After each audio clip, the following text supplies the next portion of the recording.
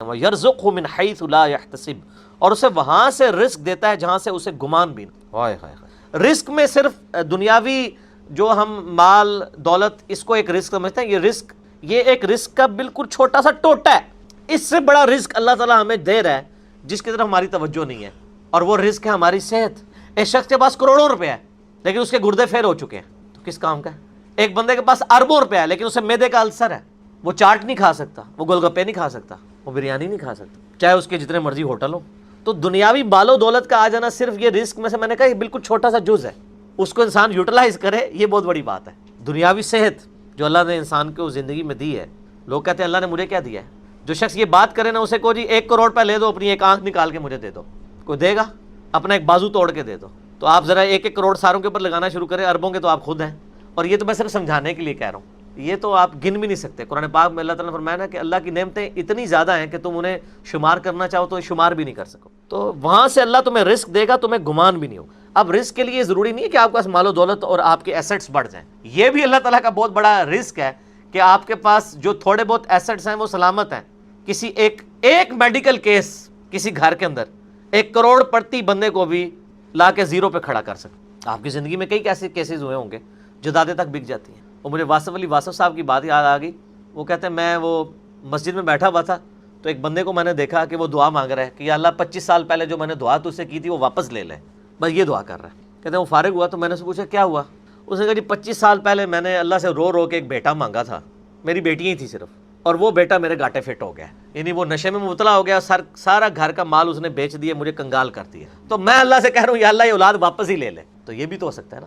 سورہ توبہ میں آتا ہے، اللہ تعالیٰ آتا ہے اپنے جو فاسق و فاجر لوگوں کے بارے میں کہ اللہ تعالیٰ چاہتا ہے کہ ان کی اولاد کو ہی ان کے لیے عذاب بنا دے، اولاد بھی عذاب بن سکتی۔ اس لیے میں دعا کیا سکھائی گئی ہے؟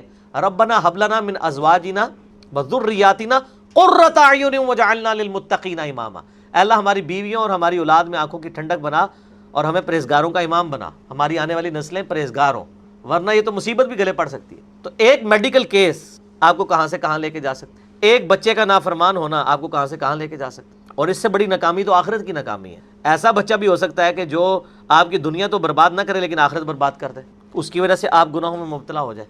تو یہ بھی رزق کی ایک فارم ہے۔ رزق صرف یہ نہیں ہے کہ آپ کے لیے مال پانی کھل جائے، بلکہ مال سبسسٹنس لیول پہ بھی موجود ہے، لیکن آپ کو کوئی ایسی تکلیف نہیں آ رہی کہ جس کی وجہ سے آپ کا مال نہیں نکل رہا۔ ورنہ ایک بندہ 10 لاکھ روپے مہینے کا کماتا ہے اور 9 لاکھ روپے اس کا نکل جاتا ہے، کیا فرق پڑا اس کو؟ اس نے کون سا ایسٹ بنا لی ہے؟ اور جو اذیت گزار رہا ہے ولادہ سے، اس کو تو کوئی سوچ بھی نہیں سکتا، جو ذہنی ٹینشن ہے۔ صحیح بخاری مسلم میں حدیث ہے، نبی علیہ السلام فرمایا ہمیشہ اپنے سے نچلے لوگوں کو دیکھو تو تمہیں یوں اللہ تعالیٰ کی نعمتوں پر صبر نصیب ہوگا اور قناعت نصیب ہو جائے، اوپر نہ دیکھو۔ اور پھر بخاری مسلم میں یہ حدیث ہے کہ ابن آدم کے پاس اگر سونے کی 2 وادیاں ہوں تو وہ خواہش کرے گا تیسری وادی بھی مجھے مل جائے، اس کا پیٹ صرف قبر کی مٹی بھرے، والعیاذ باللہ تعالی۔ بخاری مسلم دونوں میں حدیث ہے کہ انسان کہتا ہے میرا مال میرا مال میرا مال۔ نبی علیہ السلام فرمایا تیرا مال تو وہ ہے جو تو نے کھا پی لیا یا پہن کر بوسیدہ کر دیا یا اللہ کی راہ میں خرچ کر کے آخرت کے لیے محفوظ کر لیا، باقی جتنا مال ہے وہ تو تیرے ورثہ کا مال ہے، تو کہتا ہے میرا مال ہے۔ پھر بخاری مسلم دونوں میں حدیث ہے کہ نبی علیہ السلام نے فرمایا کہ انسان کے 3 دوست ہیں، ایک دوست ہی اس کی قبر تک ساتھ جاتا ہے، وہ اس کے اعمال ہیں، باقی جو 2 دوست ہیں وہ باہر ہی رہ جاتے ہیں، اس کے رشتہ دار اور مال۔ اب مال ساتھ جاتے ہیں، مال بھی آپ ساتھ لے کے جا سکتے ہیں، لیکن وہ مال جو آپ نے پہلے ہی اپنی زندگی میں اپنی مرضی سے اللہ کی راہ میں خرچ کر دیا۔ وَمِمَّنْ خَلَقْنَا أُمَّةٌ يَهْدُونَ بِالْحَقِّ وَبِهِ يَعْدِلُونَ، اور انہی میں سے جو ایسے ہیں جو ہم نے پیدا کی ہے ایسی امت جو راہ دکھاتی ہے حق کے ساتھ اور حق کے ساتھ عدل و انصاف پر قائم ہے۔ یعنی کون؟ اہل حق، اہل ایمان، مسلمان۔ جہاں کوئی اللہ کے ساتھ شرک کر رہے ہیں نا، تو اللہ نے اپنے وہ بندے بھی پیدا کیے ہیں کہ جو توحید بھی اسی طرح بیان کر رہے ہیں۔ بلکہ میرا تو یار یہ دعویٰ ہے، شرک اتنا شد و مت کے ساتھ لوگوں نے نہیں کیا جتنا لوگوں نے توحید شد و مت سے بیان کی ہے۔ تو اللہ تعالیٰ ایسے بندوں پر فخر کرتا ہے جو اس کی توحید کو بلند کرتے ہیں۔ سبحان ربک رب العزت عما یصفون۔ دیکھیں نا سورہ الصافات میں اللہ نے ایک ایک نبی کا ذکر کیا ہے۔ یار اللہ کو جو بندے پسند ہیں نا وہ اس کے پیغمبر ہیں، حقیقت بات ہے۔ اس لیے میں اکثر کہتا ہوں کہ اگر اس کائنات کی سب سے بڑی کوئی دعا ہے نا تو یہ ہے کہ یا اللہ پیغمبر بنا دے، لیکن یہ دعا حرام ہے کیونکہ پیغمبر کا عہدہ وہبی ہے، کسبی نہیں ہے۔ وہبی ہے یعنی گاڈ گفٹڈ، کسبی یعنی ایفرٹ پٹ کر کے نہیں آپ حاصل کر سکتے۔ اگر اس کائنات کی کوئی سب سے بڑی دعا ہے نا تو یہی ہے کہ اللہ پیغمبر بنا دے، تو یہ تو پاسبل نہیں۔ تو اس کے بعد دوسری دعا یہ ہے کہ ہمیں قیامت میں اور جنت میں انبیاء کا پڑوس نصیب فرما، آمین۔ اس سے بڑی کوئی دعا ہو ہی نہیں سکتی۔ تو اللہ کو اپنے پیغمبر اتنے پسند ہیں، اللہ تعالیٰ اتنی تعریف کر رہا ہے ابراہیم کی کہ اللہ تعالیٰ کے لیے بس ابراہیم ہی ہے انسانیت میں، اس طرح ذکر ہے۔ اللہ تعالیٰ کیا فرماتا ہے؟ ابراہیم جس نے ہم سے وفا کی، سورہ النجم میں۔ سورۃ البقرہ میں اللہ تعالیٰ فرماتا ہے جب جب آزمایا ابراہیم کو اس کے رب نے، تب تب وہ کامیاب ہوا۔ پھر سورہ الصافات میں تو بڑی قربانی کا ذکر ہے کہ بیٹے کی قربانی مانگی۔ پھر اللہ نے کہا کہ سلام علی ابراہیم، سلامتی ہو ابراہیم کے اوپر۔ یوں ہی ہم جزا دیا کرتے ہیں اپنے نیکوکار بندوں کو۔ ہم نے اس کی قربانی کو انسانیت میں ہمیشہ کے لیے زندہ کر دیا۔ آج امت محمدیہ ہے لیکن قربانی کو کہتی ہے سنت ابراہیمی، حج کو کہتی ہے سنت ابراہیمی، اسلام کو کہتی ہے دین ابراہیمی، ملت ابیکم ابراہیم ہوا سماکم المسلمین من قبل وفی ھذا۔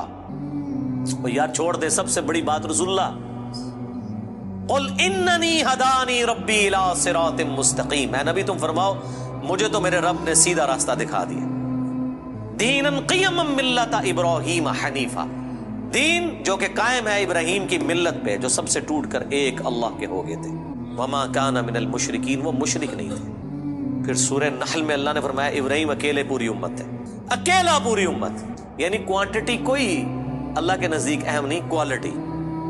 بندہ کہتا ہے کہ پتہ نہیں ابراہیم نے کتنے 90 لاکھ کلمہ پڑھایا ہوئے گا، آیا نا داڑ تلے، دسو 90 بھی بندے نہ پورے کر سکتے۔ قرآن میں آیا ایک لوط ایمان لایا ابراہیم پہ، یا چند ان کے گھر والے جو بیوی بچے تھے، دیٹس آل۔ 10 کی گنتی بھی پوری نہیں ہوتی، اس لیے اللہ نے کہا ابراہیم پوری امت ہے۔ اللہ کے نزدیک ابراہیم علیہ السلام کی کتنی اہمیت ہے۔ تو سورہ الصافات میں اللہ نے ابراہیم کی قربانیوں کا ذکر کیا، نوح علیہ السلام کی، کہا سلام علی نوح فی العالمین، ٹھیک ہے۔ موسیٰ اور ہارون کا ذکر کیا، سلام علی موسیٰ و ہارون۔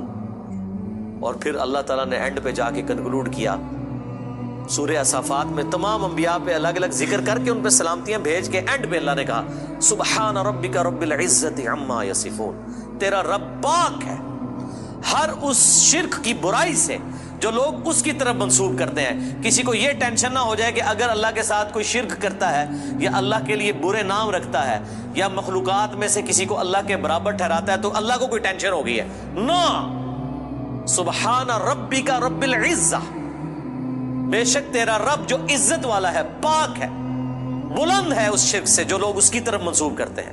وَسَلَامٌ عَلَى الْمُرْسَلِينَ، اس کے اندر پتہ کیا درد ہے؟ اللہ کہتا ہے ہمارے لیے تو ہمارے پیغمبر ہی کافی ہیں، سلامتی ہو ہمارے پیغمبروں پر، انہوں نے ایسا حق ہمارا ادا کیا کہ پوری انسانیت گمراہ بھی ہو جائے نا ہمیں کوئی پرواہ نہیں ہے۔ ہمارے جو سچے بندے تھے، ابراہیم، موسیٰ، عیسیٰ، نوح، آدم، محمد رسول اللہ صلی اللہ علیہ وآلہ وسلم، ان پر سلامتی ہو، والحمدللہ رب العالمین، اور تمام تعریفیں پھر اللہ کے لیے۔ اس لیے میں نے درود شریف پہ جو لیکچر دیا تھا نا، اس میں میں نے کہا تھا کہ سب سے بیسٹ درود وہ قرآن کے اندر آ گیا ہے، سبحان ربک رب العزت عما یصفون وسلام علی المرسلین والحمدللہ رب العالمین۔ آپ کو مزے کی بات بتاؤں، یہ جو حدیث ہے نا بخاری مسلم کی کہ نبی علیہ السلام فرض نماز کے بعد پڑھتے تھے لا الہ الا اللہ وحدہ لا شریک لہ لہ الملک ولہ الحمد وہو علی کل شیء قدیر اللہم لا مانع لما اعطیت ولا معطی لما منعت ولا ينفع ذا الجد منک الجد۔ بخاری مسلم میں تو اتنی یہ دعا آتی ہے جو حضرت معاویہ نے خط لکھا تھا تو مغیرہ ابن شعبہ نے یہ وظیفہ بتایا تھا ان کو کہ اللہ کے نبی فرض کی نماز کے بعد یہ پڑھا کرتے تھے۔ لیکن ترمذی میں جب یہ حدیث آتی ہے نا، اس کے ساتھ یہ الفاظ بھی ہیں کہ اس کے بعد حضور پڑھتے تھے سبحان ربک رب العزت عما یصفون وسلام علی المرسلین والحمدللہ رب العالمین۔ یہ قرآن کی جناب فیوریٹ ترین آیات ہے۔ مجھے آج بھی یاد ہے میں 2007 میں حج کیا تو 2007 کے اندر 2 حج آئے تھے، ایک جنوری کے مہینے میں اور ایک دسمبر میں، 18 دسمبر کو آیا تھا۔ تو وہ 18 دسمبر والا جو حج تھا نا وہ میں نے کیا تھا. تو میدان عرفات میں اس ٹائم تو ظاہر ہے ہم نئے خود ابھی رائے حق کے مسافر تھے, ابھی تو پتہ ہی نہیں تھا کہ اللہ نے کتنا بڑا کام لینا ہے. میں نے تو ابھی کوئی ویڈیو ریکارڈنگز بھی شروع نہیں کی تھی. تو میدان عرفات میں مجھے آج بھی یاد ہے, میں جب دعائیں کر رہا تھا نا تو مجھے ایک چیز جو میرے دل میں غم کے طور پہ تھی کہ دنیا کتنی شرک میں ڈوبی ہوئی ہے, اور پیغمبر دنیا میں آتے ہیں, کوشش کرتے ہیں, ایفرٹ پٹ کر کے چلے جاتے ہیں, لیکن پھر بھی ہدایت جن کی نصیب میں وہ حاصل کرتے ہیں جو ایفرٹ پٹ کر رہے ہوتے ہیں. تو اللہ تعالیٰ نے اتنی بڑی کائنات بنائی, اتنی مخلوقات پیدا کی, لیکن اینڈ رزلٹ یہ نکلا ہے. دنیاوی طور پہ تو ہم اسے ناکامی سمجھ رہے ہیں نا کہ اتنے بندے پیدا کیے تو وچوں جڑے کام دے بندے نے وہ چند ہی کی نکلے نے, باقی تو سارے فارغ ہو گئے. ٹھیک ہے, تو اب دنیاوی اعتبار سے تو ہم شاید اسے کریٹر کی کمزوری سمجھ رہے ہیں, لیکن اللہ تو بے پرواہ ہے, اللہ کو تو کوئی فرق نہیں پڑتا. سارے جہنم میں چلے جائیں, سارے جنت میں چلے جائیں, اللہ کو کوئی پرواہ. تو اس کے اوپر میں بہت زیادہ ایمفسائز کر رہا تھا اور میں بڑا پریشان تھا. تو اس وقت اچانک جو ہے نا اللہ تعالیٰ انسان کو چیز یاد دلواتا ہے نا, تو مجھے اللہ تعالیٰ نے میرے دماغ میں یا میرے دل میں یہ چیز ڈالی کہ سبحان ربک رب العزت عما یصفون, تمہارا رب پاک ہے جو عزت والا ہے ہر اس شخص کی برائی سے جو اس کے ساتھ شرک کو منسوخ کرتا ہے. وسلام علی المرسلین, رسول ہی کافی ہیں. ویسے تو اللہ رسولوں کی عبادت کا بھی محتاج نہیں ہے, لیکن اگر اللہ تعالیٰ نے مخلوقات میں پیدا کیا ہے تو وہ رسولوں نے ایسا بیسٹ پرفارم کیا ہے کہ اللہ کہتا ہے ہمارے رسول ہمیں کافی ہیں. والحمدللہ رب العالمین, تعریفیں تو ساری اللہ کے لیے. تو میں نے پھر اس وظیفے کو ہمیشہ حرز جان بنا کے رکھا ہے. میں ہمیشہ کوشش کرتا ہوں کہ میں اپنی ہر نماز کی پہلی رکعت میں یہ سورہ فاتحہ کے بعد پڑھوں, سبحان ربک رب العزت عما یصفون وسلام علی المرسلین والحمدللہ رب العالمین. میں نہیں سمجھتا کہ اس سے بیسٹ الفاظ میں آپ اپنے رب کی طرف رجوع لا سکتے ہیں. ساری گمراہیاں, سارے شرک اللہ کو کوئی نقصان نہیں پہنچا سکتے. سبحان ربک رب العزت عما یصفون. اور اللہ کے بعد اگر کوئی حقدار ہے نا کہ اس کا شکر ادا کیا جائے تو وہ اللہ کے پیغمبر ہیں, جنہوں نے کمٹمنٹ کے ساتھ اللہ کی مخلوق تک اپنا پیغام پہنچایا, اور وہ اللہ نے اس میں ایڈ کر دیا وسلام علی المرسلین, سلام ہو رسولوں کے اوپر, والحمدللہ رب العالمین. اور تمام تعریفیں اس رب کے لیے جو سارے جہانوں کا پاک. تو میرے بھائی, قرآن جس کو باپا مانتا ہے نا وہ پیغمبر ہوتے ہیں, باقی آپ کے بنائے ہوئے باپے ہیں, باقی سارے فالوورز ہوتے ہیں. قرآن کی ڈاکٹرن میں امام وقت کا پیغمبر, قرآن کی ڈاکٹرن میں اللہ کا نمائندہ وقت کا پیغمبر. اس لیے سورہ زمر میں آتا ہے جب جہنمی جہنم میں پھینکے جائیں گے نا تو فرشتے پوچھیں گے تمہارے پاس کوئی پیغمبر نہیں آیا تھا؟ وہ کہتے ہیں آیا تو تھا لیکن ہم نے جھٹلایا. حالانکہ پیغمبر تو صرف ان کے پاس آیا ہوتا ہے جن کے سامنے ہوتا ہے. جب ہم سے پوچھا جا رہا ہوگا کہ آپ کے پاس کوئی پیغمبر آیا تھا, ہم کہیں گے کہ آیا تھا, تو ہماری موجودگی میں تو نہیں آیا. اللہ جس کو امام ڈکلیئر کیے ہوئے وہ وقت کا پیغمبر ہوتا ہے, چاہے آپ نے اسے دیکھا ہے یا نہیں دیکھا, آپ اس کی زندگی میں ہیں یا نہیں ہے. آپ کے لیے جس کو اللہ نے پیغمبر بنایا ہے نا, اللہ نے آپ کو اس کے ریفرنس سے, اور یہی قرآن میں ہے کہ ہر شخص کو اس کے امام کے ساتھ اٹھایا جائے گا. اور انہی میں سے جو ایسے ہیں جو ہم نے پیدا کی ہے ایسی امت جو راہ دکھاتی ہے حق کے ساتھ, اور حق کے ساتھ عدل و انصاف پر قائم ہے. یعنی کون؟ اہل حق, اہل ایمان, مسلمان. جہاں کوئی اللہ کے ساتھ شرک کر رہے ہیں نا تو اللہ نے اپنے وہ بندے بھی پیدا کیے ہیں کہ جو توحید بھی اسی طرح بیان کر رہے ہیں. بلکہ میرا تو یار یہ دعویٰ ہے, شرک اتنا شد و مت کے ساتھ لوگوں نے نہیں کیا جتنا لوگوں نے توحید شد و مت سے بیان کی ہے. تو اللہ تعالیٰ ایسے بندوں پر فخر کرتا ہے جو اس کی توحید کو بلند کرتے ہیں. سبحان ربک رب العزت عما یصفون. دیکھیں نا سورہ الصافات میں اللہ نے ایک ایک نبی کا ذکر کیا ہے. یار اللہ کو جو بندے پسند ہیں نا وہ اس کے پیغمبر ہیں, حقیقت بات ہے. اس لیے میں اکثر کہتا ہوں کہ اگر اس کائنات کی سب سے بڑی کوئی دعا ہے نا تو یہ ہے کہ یا اللہ پیغمبر بنا دے, لیکن یہ دعا حرام ہے کیونکہ پیغمبر کا عہدہ وہبی ہے, کسبی نہیں ہے. وہبی ہے یعنی گاڈ گفٹڈ, کسبی یعنی ایفرٹ پٹ کر کے نہیں آپ حاصل کر سکتے.